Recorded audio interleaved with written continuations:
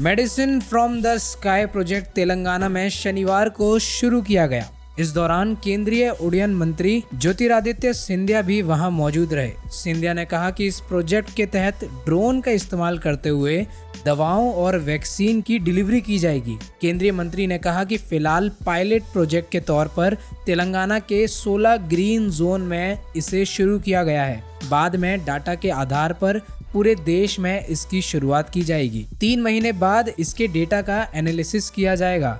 इसके बाद उड्डयन मंत्रालय, स्वास्थ्य मंत्रालय, आईटी मंत्रालय, राज्य सरकार और केंद्र सरकार मिलकर पूरे देश के लिए मॉडल तैयार करेगी। सिंधिया ने इस दौरान कहा कि आज का दिन बेहद क्रांतिकारी है, न सिर्फ तेलंगाना के लिए बल्कि पूरे देश के लिए। प्रधानमंत्री नरेंद्र मोदी के दूरदर्शी नेतृत्व में ड्रोन पॉलिसी तैयार और लागू की गई है। उन्होंने कहा कि इंटरेक्टिव एरोस्पेस मैप तैयार किया जा रहा है। इस मैप और राज्यों की सहायता से विभिन्न जोन का चिन्हीकरण किया जा रहा है। इस मौके पर सिंधिया ने कहा कि एनडीए सरकार ने नई ड्रोन पॉलिसी में कई छूट दी हैं। इसके चलते देश में अब ड्रोन की उड़ान में काफी आसानी हो रही है। उन्होंने बताया कि पहले ड्रोन ऑपरेट करने के लिए 25 फॉर्म भरने पड़ते थे, लेकिन अब केवल 5 फॉर्म भरने पड़ते हैं। सिर्फ इतना ही नहीं, पहले 72 तरह की फीस भरनी पड़ती थी, लेकिन अब इन फीस की संख्या केवल 4 रह गई है। गौरतलब है कि medicine from the sky project world economy forum, NITI Aayog और हेल्थनेट ग्लोबल के जरिए तेलंगाना में शुरू किया गया है।